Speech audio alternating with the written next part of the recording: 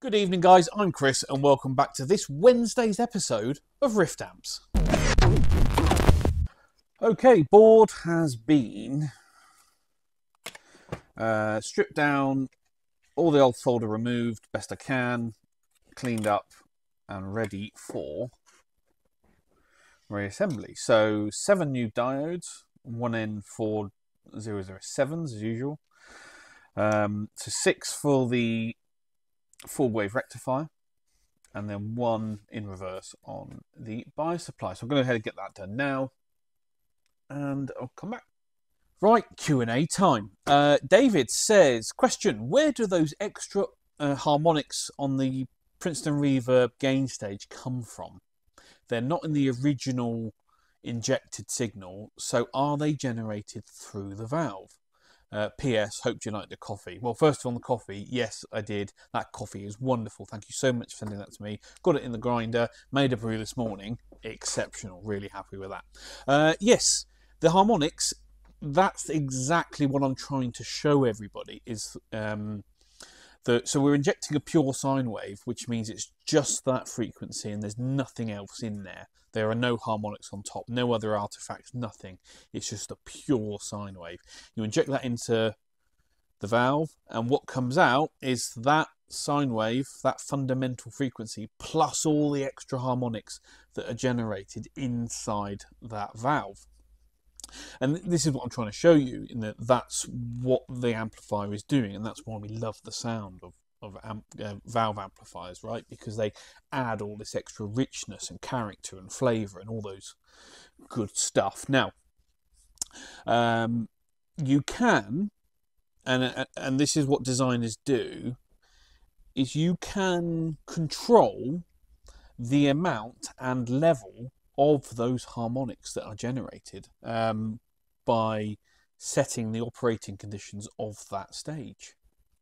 So if you're really clever and you know what you're doing, you understand how these things work, you can manipulate how many of those harmonics are generated, whether they're biased more towards the bottom end or the top end, the ratio of certain ones between each other.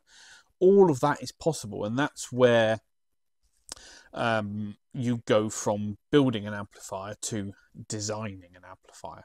Okay, you know, people can put together a kit, but it's when you really start to tweak the fundamentals of how the amplifier operates and what it's doing and why. That's when you really get into the nitty-gritty stuff. People used to call it a black art. It's not. It's understanding the basics and having good gear that you can measure. Now, some amp techs have got better ears than me, and they can do a lot of the work just by using their ears. Other amp techs have got worse ears than me, right? Amp designers, sorry, and they need to rely on the equipment more. So you find your own balance as to where you sit and what you need to do and how you prefer to work. You know, your workflow is important to you. But yeah, it's really cool. And if you think that was just one gain stage, right? So we inject the signal, we amplify it, we create all those frequencies and harmonics. Then we EQ it, whether that's through a capacitor or through a tone stack. Then we attenuate it, and then we do the same. We put it through another gain stage, rinse and repeat all the way through the amp. And it's the way you control all of that and shape and manipulate and mould what's going on through the amp that makes the amp sound different. So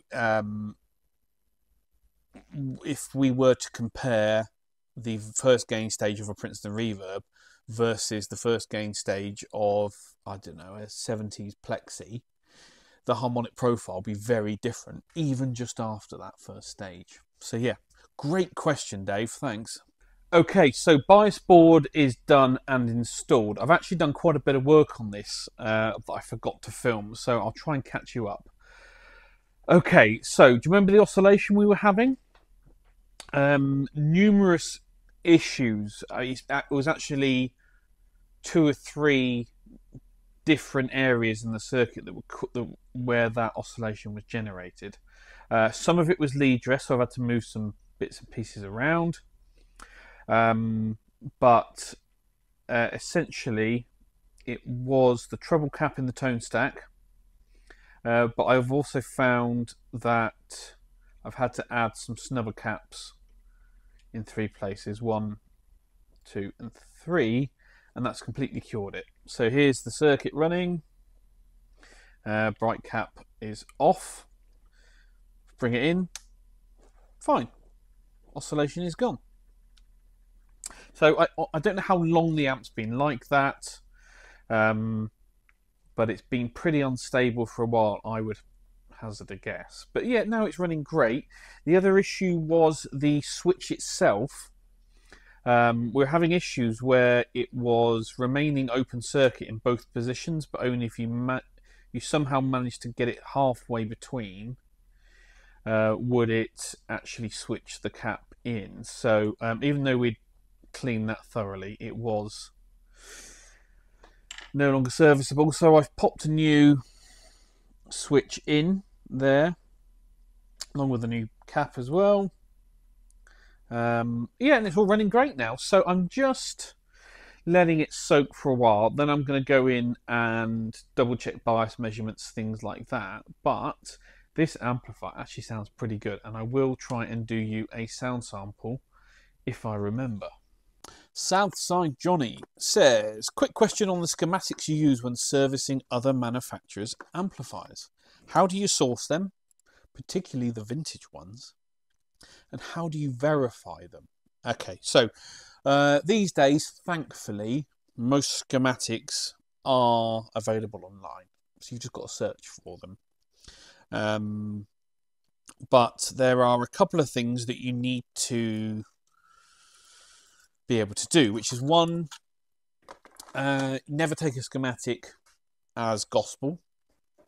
You'll often find that, especially Fender schematics, you'll often find that the amp in front of you doesn't match the schematic, or there's a change in there, and you think, well, the schematic's got to be correct, right? But over time, you realise that the schematic is wrong, and nearly every single amp you see is the same, right? So you have to kind of just learn what's true and what's not. Sometimes if there's not a schematic available, for my own collection, I will reverse engineer the amp and draw the schematic out and say, well, this is the schematic for this particular amplifier. Not all of them out there, because I haven't seen those, so I don't know. But this particular amp that came in, this serial number, this is the schematic for the amp as it was. And then at least I've got something to work on and work from. And I've got a nice library of amps that I've done that for. So if I ever see that particular amp again, I can, I've already got a nice schematic drawn up for it. But often it's experience, it's checking things that on that orange, for example. The only major difference I found was the value of the grid stoppers on the output valves. But the rest of it matches perfectly. It's fine. It's good. I haven't got to worry about the value of those resistors too much, because ultimately, they were 2K2s in the amp and they're 2K4s on the schematic. That 200 ohms isn't going to make a difference, but it's more important that the schematic shows me where components are and what's connected to what, rather than the absolute values, because things change over time. So yeah, it's just experience. So whilst the basement is burning in on the bench, let's have a look at this Deluxe Reverb. The owner thinks it's the 66, but we'll just double check that, because I think the code on the reverb transformer is a 67. But yeah, anyway, Deluxe Reverb, very, very nice black panel.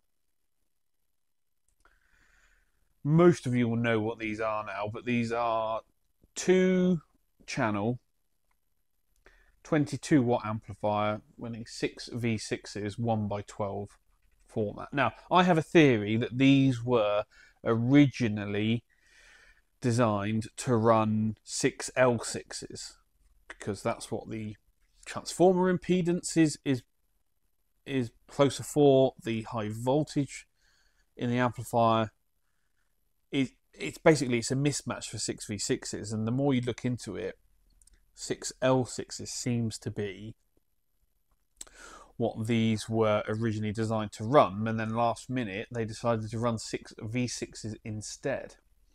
I've actually done quite a few 6L6 conversions on these, and they sound a lot more like the bigger black panel amplifiers than they currently do. I mean, these are renowned for having quite a squishy, quite a spongy bottom end, and that's down to the strange impedance that the 6v6s are run at. Anyway, what's it in for? Service as required and a bit of TLC, bit of a going over. But he says there's an issue with the reverb cables. We'll just spin it around. Issue with the reverb cables, and I think he said the reverb was cutting in and out. So we need to check the cables, check the sockets, bits and pieces like that. So whilst we haven't got it on the rear, let's have a look. Serial number A23174. Last pat tested in 2020. It is an export model not an export model, a US voltage model, and it has had a 3-prong conversion done already. As I mentioned in the previous video, this one has got a vintage 30 in, and the customer wants to change that speaker. I think he's ordering a Celestian Gold for this. So that's when that arrives, we will be swapping that out. But let's pull the chassis and have a look inside. Ron Jinx says, never, never, never power up an unknown amp with the output valves in place. There are tons of things to check.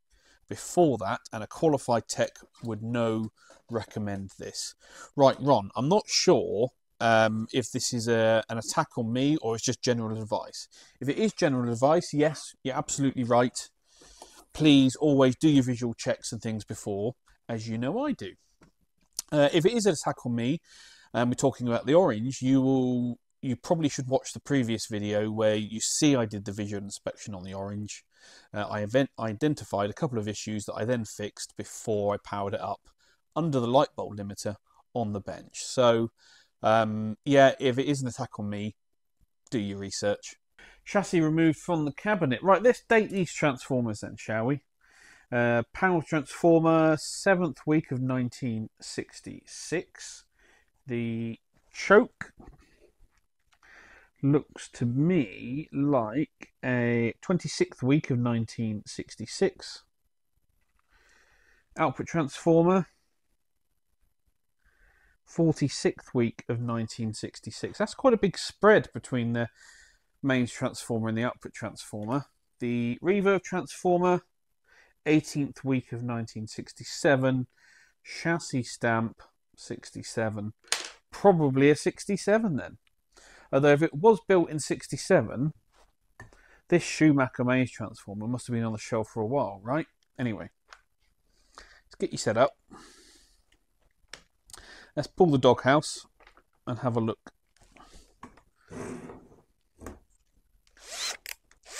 Inside. Go on, that's tight.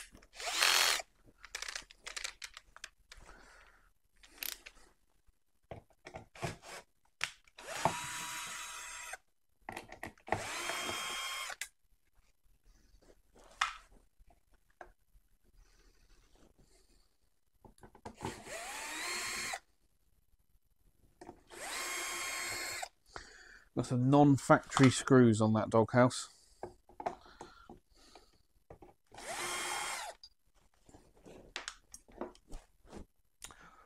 Well, that's not a bad thing to see, is it? Full set of Sprague atoms, all 20 microfarad, and it looks like, yeah, the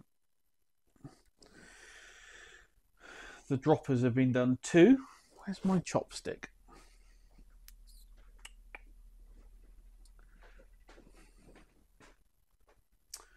I've lost my chopstick. and I don't want to get zapped.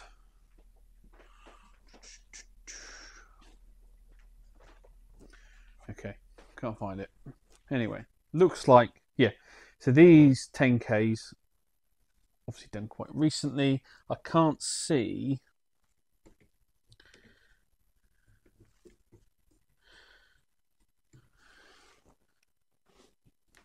anything else, but quality of work looks quite nice actually. Right, let's get this thing flipped over and we'll have a look on the inside. Henry Hunter, a regular contributor. Nice to see the old orange amplifier. They were really something, a bit different from the pack back in those days. Yeah, do you know what? You're right. I particularly like their use of graphics on the control panel.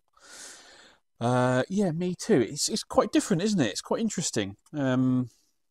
I have to admit, I still stare at the symbols sometimes, the hieroglyphs, and sometimes it takes me a while to work out what's going on. But yeah, overall, it's quite an interesting. It's a nice, unique selling point, isn't it? Anyway, he asked, is the control panel engraved or screen printed on the 57 Tweed limited run that I was doing? They are laser engraved. And that's partly the issue with the delay, because the plates, the first run of plates didn't come out well. So we had to get some more done. So, but yeah, they are laser engraved.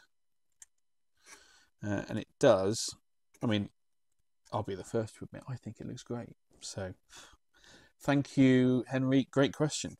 And here we are then. And as we can see, it has had quite a bit of work done in the past. So let's go from left to right,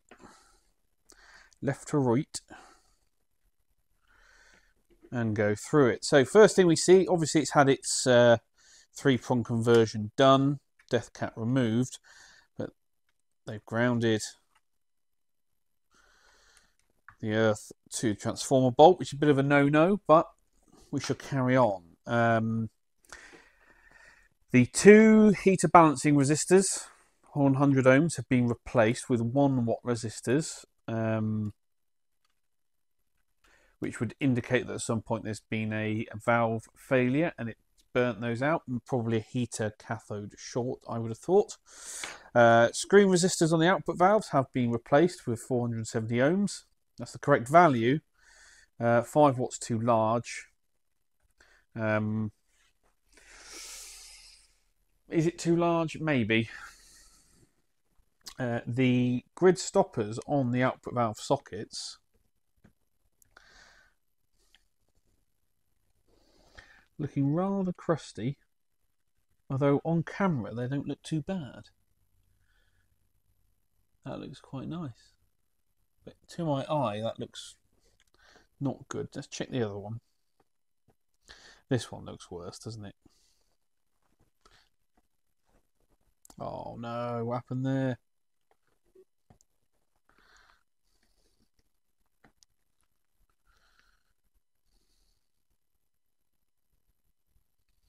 Anyway, right, zoom out. Let's keep looking. So, output stage coupling caps have been replaced. Phase inverter caps have been replaced. All the electrolytics across the board have been replaced. 1, 2, 3, 4, 5, 6, 7. Most of the tone caps have been replaced. I would be surprised, from experience, if all of those blue molded caps needed replacing. They rarely do. They rarely leak. But I wasn't the tech working on it, so I don't know. Some interesting solder work going on. They've added a cross-line cap here. Not sure why, because often you don't need them in these circuits. But it's been added. It's got the classic capacitor to ground off the tremolo bug to stop tremolo thumping.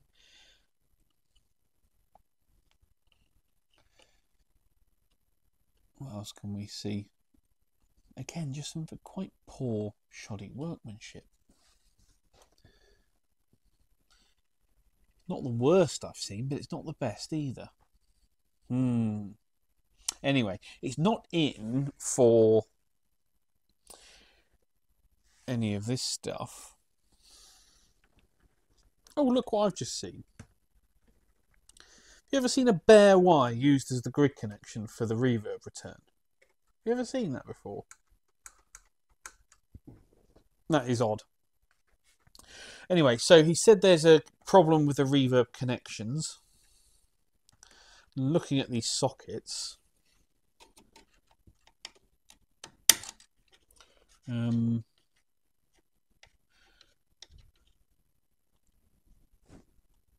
one's got a lot of play actually, and you probably can't see it on camera, so we'll have to double check that.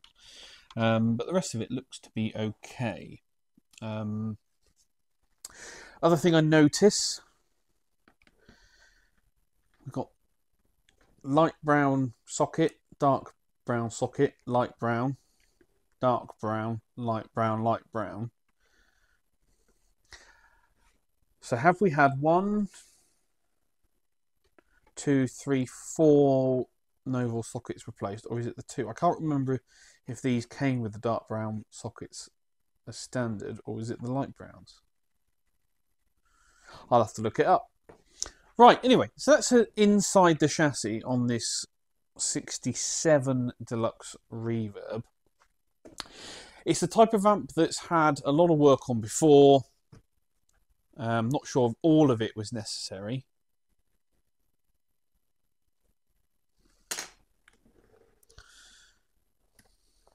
I've just seen something again.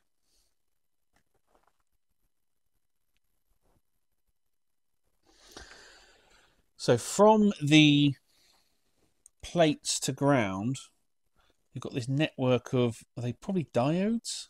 1, 2, in this white heat shrink going straight to ground.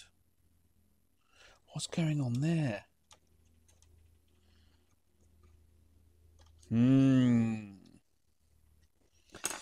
Interesting. You never know what the other techs were thinking. Right. Okay. So as I was saying, an amp that's had quite a bit of work on in the past. Some of it good, some of it not. We'll get this thing fired up on the bench, see what it's doing, and then we will have a look at the reverb sockets. We'll check the reverb tank and the cables as well, to see if we can isolate what's going on and take it from there. Chris Hopkins says, how much paperwork goes into the CE certification process? Keep up the great work. Thanks, Chris. Yeah, it is a lot of paperwork. It's not too bad. The first time you go through that, it's you think, why have I bothered? And in fact, I always say to people, if I knew what I knew now about paperwork and red tape around selling mains powered appliances in the UK, I would have just gone into pedals, because it is, some days it can be incredibly frustrating, but that's what it is.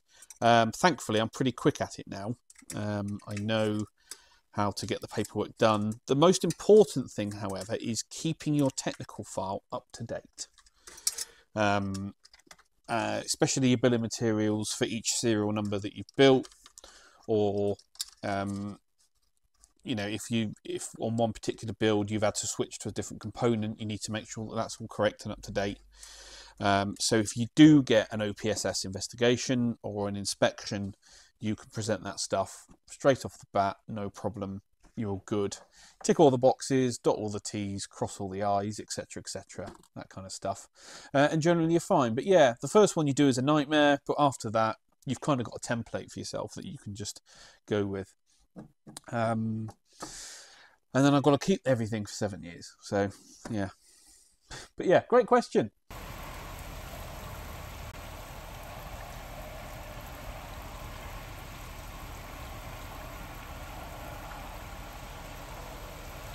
Gary Krant asks, as a general rule of thumb, what's the longest time a valve amp can be left switched off unused? Then it'd still be safe to switch back on and use regularly again. Is that, 2 to 3 years, 4 or 5 longer? Would it make a difference if it is a cheaper circuit board or hand wired? How long is a piece of string is the get out answer. Generally, I would say 12 months, you're probably okay. 18 months, you might want to ask your local tech to do a soft start on it, just in case. Anything longer than that, anything over 2 years, definitely, I would be taking it to a tech as a matter of course. I mean, these things are, cheap to run but expensive to repair, so you definitely don't want the repair bill if you pop something. Reason it's difficult to say, because it does depend on the amplifier, it depends on the storage conditions, it depends on previous service life. We see this with old radios and radiograms and things all the time where, a mantelpiece radio, fireplace radio would have been bought by the owner. It would have done 20, 30, 40 years service and then eventually upgraded. Now, did the owner upgrade and stick it in the attic because it was faulty or just because they got a newer model? Problem is, the owner's probably not with us anymore, so when someone finds this thing and plugs it in, it could have an underlying fault already, plus it's probably now got another 30-40 years of storage on it, often in less than optimal conditions, and they plug this thing in and it goes bang, and then you've got a repair bill on your hands. And if only they're taking it to a tech. So I had a phone call yesterday. Customer has bought blind a 67 Fender Bassman, much like Gary Moore's, that he doesn't know the history of it. He doesn't know how it's been stored. He doesn't know if it's been worked on. So when it arrives with him, he's bought it in auction. As soon as it arrives, he's bringing it straight to me. So I can do the visual inspection. I can do the first fire up, if possible, and take it from there. Because if he plugs that thing in, who knows? We don't know. We don't know if that amp is faulty already. We don't know if it's got any other issue. We don't know if bits are missing. We know nothing. So if he plugs that into the wall, who knows what can happen? So, yeah, it's always a tough one. But my rule is, if it's been sat for 18 months or longer, really just run it into a tech and say, can you soft start it for me? And they'll just be able to check that everything is as it should be. Okay, orange 4x12. Whilst I'm still waiting for the bits to arrive for the head, I've gone ahead and fitted a jack plate to the back panel. As you remember, that was missing and the speaker cable was kind of hardwired in very poorly. So new jack plate, new cliff socket in there. And what I've done is, with his speaker cable, I've found some used nitric connectors. I only had one straight and one right angled, but at least they're... Is that one a nitric? No, that's a ream. Sorry. Anyway, I've made up some connectors. So, everything goes in well. Now it's a 16 ohm cab. So we're looking probably at 13 ohms DC resistance. Confirm that it's all good. I'm being absolutely defeated by this cable. Stop it. So it's going to be a one-handed measurement. Come on.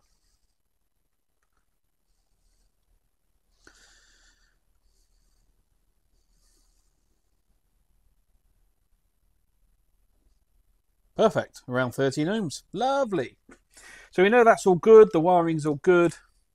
I need to talk to the customer to see if he's got all of the screws that are missing, because it only came with 2 of them. So I'm going to put those back in anyway and see what he's got. But this cabinet is now good to use with a good speaker cable. So that side of the repair is all complete. Merlin Q asks, on the Plessy caps, it's written plain negative. Does that mean that the red point lug is the positive on that capacitor? Thanks for the video. Yes, it does. So here is the Plessy cap. And as you can see, there are two terminals. One is marked red and the other is uncoloured, so that's plain. And on the cap itself, it does say red is the 100 microfarad section and the plain is the common or the negative, right? And so that just makes it easy for the installer to know which terminal is which. On this Tube Amp Doctor 100, it's a multi-section cap. So there are 3 terminals. So we've got two cap sections plus a common terminal, and it tells you red is 100 microfarad, yellow is 100 microfarad, plain is negative, and you can see you've got a red, a yellow, and a plain section here. Not always color coded though. Here is an F&T, a 16, a 2-section, 16 and 16, and they are not coloured at all. Hopefully you can see that. But they are marked. The common is marked with a negative sign, and the 2 positive sections are marked with a positive sign. So, but there are no instructions on the body itself as to which is which. So you've got to look. But yeah, that's a really good question. Actually, it's one of those things that no one ever explains, but you know, we all think is obvious, but maybe it's not. So, killer. Well, that's all we've got time for once again. Please give this video a thumbs up, all your comments and questions down below. Subscribe, hit the notification bell, join the channel like these guys have, and I will catch you all at the next one.